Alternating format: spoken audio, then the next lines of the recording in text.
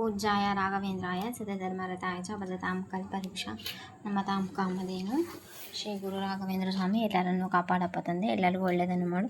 ಸರ್ವೇ ಜನ ಸುಖಿನೋ ಭವಂತು. Welcome back to Shri Guru Raghavendra veg kitchen. Please like, share, comment, subscribe. Thanks for watching my channel. ಮೊದಲಿಗೆ ಒಂದು ಪಾತ್ರೆ ಇಟ್ಕೋಬೇಕು. ಒಂದು ಪಾತ್ರೆ ಇಟ್ಕೊಂಡು ಸ್ವಲ್ಪ ಎಣ್ಣೆ ಹಾಕ್ಕೋಬೇಕು. ಓಕೆ, ಸ್ವಲ್ಪ ಎಣ್ಣೆ ಹಾಕ್ಕೊಂಡು ಎಣ್ಣೆನೇ ಹಾಕಬೇಕು, ಬಾಕಿ ಏನು ಹಾಕೋಬಾರ್ದು. ಓಕೆ, ಎಣ್ಣೆ ಹಾಕಿದ ಮೇಲೆ ಫಸ್ಟ್ ಮೆಂತೆಕಾಳು, ನೆಕ್ಸ್ಟ್ ಕಡಲೆಬೇಳೆ, ಆಮೇಲೆ ಉದ್ದಿನಬೇಳೆ. ಓಕೆ, ಉದ್ದಿನಬೇಳೆ ಹಾಕೋ ನಂತರ ನೆಕ್ಸ್ಟ್ ಸ್ವಲ್ಪ ಜೀರಿಗೆ, ಆಮೇಲೆ ಕಾಳು ಮೆಣಸು, ಆಮೇಲೆ ಸ್ವಲ್ಪ ಗೋಲ್ಡನ್ ಬ್ರೌನ್ ಬರಲಿದೆಯಲ್ಲ ಅದು. Okay, golden brown. ಇವಾಗ ಧನಿಯಾ ಕಾಳು ಹಾಕ್ಕೊಳ್ತೀವಿ. ಧನಿಯಾ ಕಾಳು ಹಾಕ್ಕೊಂಡು ನೆಕ್ಸ್ಟ್ ಸ್ವಲ್ಪ ಬಾಡಿಸ್ಕೋಬೇಕು.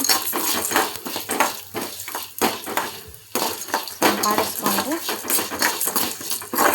ನೆಕ್ಸ್ಟ್ ಇವಾಗ ಖಾರ ನೋಡಿಕೊಂಡು ಖಾರ ಹಾಕ್ಕೊಳ್ಳಿ. ಯಾಕಂದರೆ ಇಲ್ಲಿ ನಾನು ಬ್ಯಾಡಿಗೆ ಉಪಯೋಗಿಸ್ತೀನಿ. ನೀವು ಖಾರ ಜಾಸ್ತಿ ತಿಂದರೆ ಗುಂಟಕ್ಕೆ ಹಾಕ್ಕೊಳ್ಳಿ. ಓಕೆ, ಇವಾಗ ಹಾಕ್ಕೊಂಡ ನಂತರ ಇದನ್ನು ಬಾಡಿಸ್ಕೋಬೇಕು. ಓಕೆ, ಇದು ಬಾಡಿಸ್ಕೊಂಡ್ಮೇಲೆ ಲಾಸ್ಟು ಸೀದೋಗುತ್ತೆ ಅಂತ ಇದನ್ನು ಯಾವಾಗೂ ಲಾಸ್ಟಿಗೆ ಹಾಕೋದು. ನೆಕ್ಸ್ಟ್ ಇವಾಗ ಸ್ವಲ್ಪ ಕರಿಬೇವು ಹಾಕೋಬೇಕು. ಸ್ವಲ್ಪ ಕರಿಬೇವು ಹಾಕ್ಕೊಂಡು ನೆಕ್ಸ್ಟ್ ಇವಾಗ ಇದಕ್ಕೆ ಗಸಗಸೆ ಸ್ವಲ್ಪ ಗಸಗಸೆ ಹಾಕೊಂಡು ಸ್ವಲ್ಪ ಅರಿಶಿನ ಹಾಕೋಬೇಕು.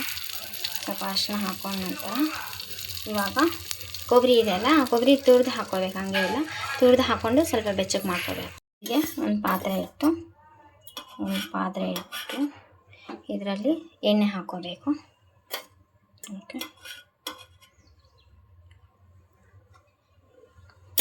ಎಣ್ಣೆ ಹಾಕೊಂಡ ನಂತರ ಇವಾಗ ಸ್ವಲ್ಪ ಸಾಸಿವೆ.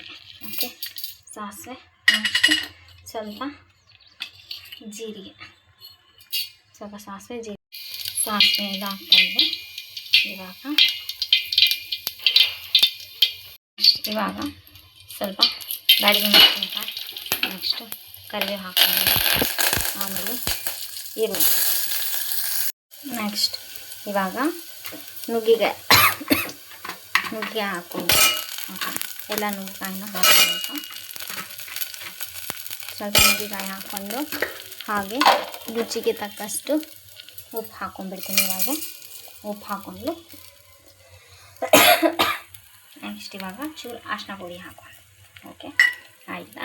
ಇದನ್ನೆಲ್ಲ ಮಿಕ್ಸ್ ಮಾಡಿ ಸ್ವಲ್ಪ ಕುದಿಬೇಕು ಇದೆಲ್ಲ. ಓಕೆ, ಕುದಿ ಹಾಕಿರ್ತೀನಿ, ಸ್ವಲ್ಪ ಕುದೀಲಿ. ಇದಕ್ಕೆ ತೊಗರಿಬೇಳೆ ಹಾಕೋಬೇಕು. ಮೊದಲೇ ಬೇಯಿಸಿಟ್ಟಿರ್ತೀನಿ ತೊಗರಿಬೇಳೆ. ಮೊದಲು ಬೇಯಿಸಿರುವ ತೊಗರಿಬೇಳೆ ಮ್ಯಾಶ್ ಮಾಡಿಲ್ಲ, ಮ್ಯಾಶ್ ಮಾಡ್ಬೋದು, ಏನು ತೊಂದರೆ ಇಲ್ಲ. ಓಕೆ, ನಾನು ಮ್ಯಾಶ್ ಮಾಡಿಲ್ಲ, ಸ್ವಲ್ಪ ಮೆತ್ತಗೆ ಬೆನ್ಸ್ಕೊಂಡಿದ್ದೀನಿ. ಓಕೆ, ಇದು ಸ್ವಲ್ಪ ಬೆನಿಬೇಕು.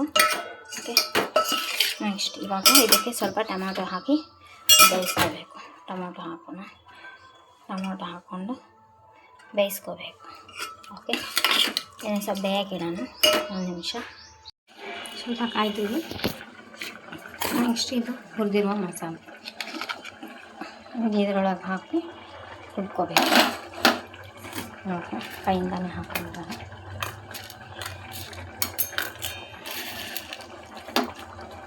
ಎಲ್ಲದು ತಣ್ಣಗಾಗಬೇಕು, ಬಿಸಿಗೆ ಯಾವುದೂ ರುಬ್ಬಾರ್ದು. ಓಕೆ, ನೆಕ್ಸ್ಟ್ ಇದನ್ನು ನುಣ್ಣಗೆ ರುಬ್ಕೋಬೇಕು. ನೀರೇನು ಹಾಕೋದು ಬೇಡ, ಪೌಡ್ರ್ ಹಾಕಬೇಕಿದೆ. ಇವಾಗ ಸ್ವಲ್ಪ ಕೊತ್ತಂಬರಿ ಸೊಪ್ಪು ಹಾಕಿ. ಓಕೆ, ಸ್ವಲ್ಪ ಕೊತ್ತಂಬರಿ ಸೊಪ್ಪು, ನೆಕ್ಸ್ಟ್ ಸ್ವಲ್ಪ ನೀರು ಹಾಕ್ಕೋಬೇಕು. ಸ್ವಲ್ಪ ನೀರು ಹಾಕ್ಕೊಂಡು ನುಣ್ಣಗೆ ರುಬ್ಕೋಬೇಕು. ಓಕೆ, ನುಣ್ಣಗೆ ರುಬ್ಕೊಂಡ್ಬಿಡೋಣ.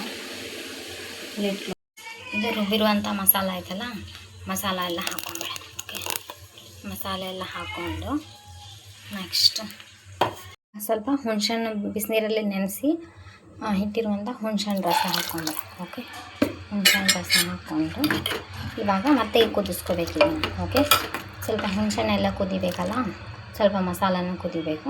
ಲಿಡ್ ಕ್ಲೋಸ್ ಮಾಡೋಣ. ತುಂಬ ವಿಶೇಷವಾಗಿರುವಂಥ ಯಾವುದೇ ತರಕಾರಿ ಏನು ಬೇಡ, ಬರೀ ನುಗ್ಗೆಕಾಯಿ ಅಷ್ಟೇ ಸಾಕು.